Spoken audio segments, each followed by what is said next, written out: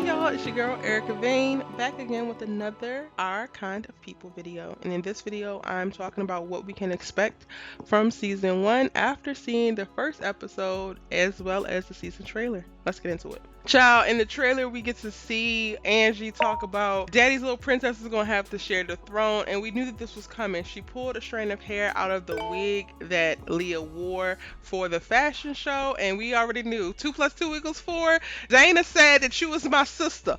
Dana said that that is my daddy. Dana said, move aside, sis. You no longer are better than me, even though you were never better than me. I don't know what in your little dumbass brain allowed you to believe that, but guess what? This here paper has now become the great equalizer. Hello, how you doing? I'm gonna take my seat right here.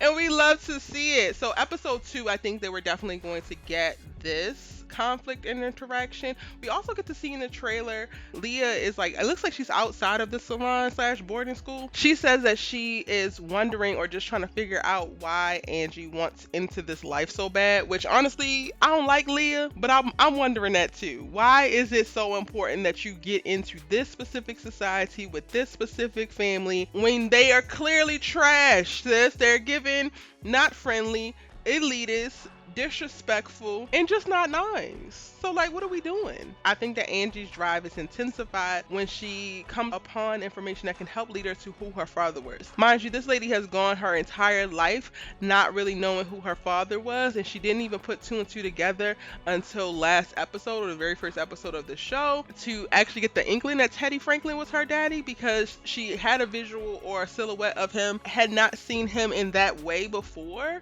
So the videotape from, her mom's interrogation is the thing that confirmed it for her, and I think that that is what adds a little bit of fuel to the fire to keep her here, because in all honesty, she really picked up and is risking everything just to be here. Like, yes, her mom left her the building, but she don't have any additional money with it, and she took out a bunch of loans to be able to support herself and her family coming here to try to make it work. They haven't been accepted into the business accelerator yet. They haven't been accepted into the society.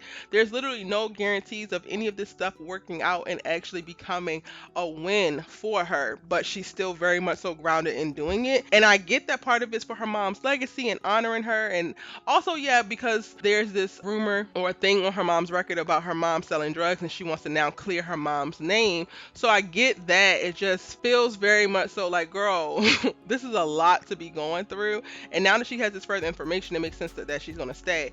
But before, it was just like, you just out here on the wing and the prayer trying to get in with these people because they look good, because they sound good. I can't. This season, we're going to see Leah kind of stop at nothing to destroy Angie, even though her whole ethos and her mission, so-called mission that she has, is to uplift Black people, and specifically Black women. She's not in the business, as she says, of tearing down Black women, even though she is definitely not going to get on board with getting to know her sister, bringing her sister into the fold, and really helping her climb the ranks within this cultural group or society that they have cultivated out here in Oaks Bluffs. What I'm trying to understand is, what is the mama's problem with Angie? In the trailer, we can hear Leah's husband's mom, which I'm gonna do better with their names, y'all, but it's escaping me right now. We hear her say that her mom was a menace and she's a menace too. Menace to what? Slinging coconut oil and shea butter, sis? Menace how? Her mom was a maid. Like, how menacing is this maid?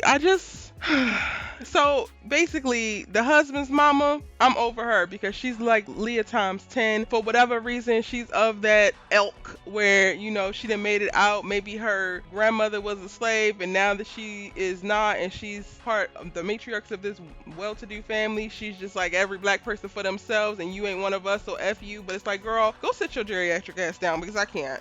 Okay, I can't. It looks like Teddy is going to make an appearance in the salon / boarding house or whatever he's coming in there for, but it's like, you didn't even know your daughter for, maybe she's about 35 now, 36. You didn't know this girl for 36 years. You only showed up when she between 8 and 11 and gave her mother some money so that you ain't ever have to see her again. Why are you in this house? Yes, Aunt Piggy, you should have a gun. Answer the question. There's a bullet with your name on it. Answer the question. We're going to see Teddy's secrets all be pulled out of the closet, because we saw at the end of episode 1, Leah, removed him, or is doing things to remove him from the head of the company so that she can assume power. We're also going to see them battle for power because now that Angie's claim is going to be publicized as, Teddy's daughter, Leah can't rely on the fact that she's the only child. She literally usurped him by way of like, well, I'm the heir apparent. It's like the key word, sis, is apparent because apparently there's some other things going on that you didn't know about. So guess what? Y'all now have to split this company 50-50. Hello. How you doing? So we're going to see that play out. It looks like Tyrique is going to be on the journey with Angie to discover things. It looks like he's tearing down a wall at the boarding house where they discover something, and he's basically giving partner in crime type of vibes. Like in the trailer, we hear him say, "Well, I can get a little bit dirty too," and maybe she just confides in him in reference to some of the things that she found out, some of the questions that she still has, and some of the answers that she is seeking. So hopefully, he's going to be a great guy this season. Maybe he's going to be a stable guy this season. I'm looking forward to that. But this is a drama, child. So like I said in my episode 1 breakdown, everybody who we think is one thing is probably another, so I want to keep my head on the swivel, that's for sure. We're going to see the kids interact more. I definitely can see Lauren's brother and Nikki getting really, really close. It looks like Taylor does survive and is back on the scene, and it looks like Taylor is going to find a friend in Nikki. I don't know what it is up front, but Taylor finds herself gravitating towards Nikki. That's why she dropped that phone in her bag. That's why she, Lauren, she was being rude at the bar at that party. And I can definitely see their relationship growing while her relationship is growing with her brother, or while Nikki's relationship is growing with Lauren's brother. And Taylor, we can definitely see Lauren getting even more resolute in her distaste or dislike for Nikki. So we're going to see these girls bump heads a lot this season. And it's only going to be more intensified as their parents bump heads. Like as their moms bump heads more and more, they're going to bump heads more and more. And honestly, I'm excited to see that actually, because I think that theirs will be with all of within kids fun, aside from like Lauren having a little bit more resources. But once it's presented that Angie gets money from this family too, then they'll be on an even playing field and, let it do what it do. May the best teenager win, which will probably be Nikki. I'm just saying.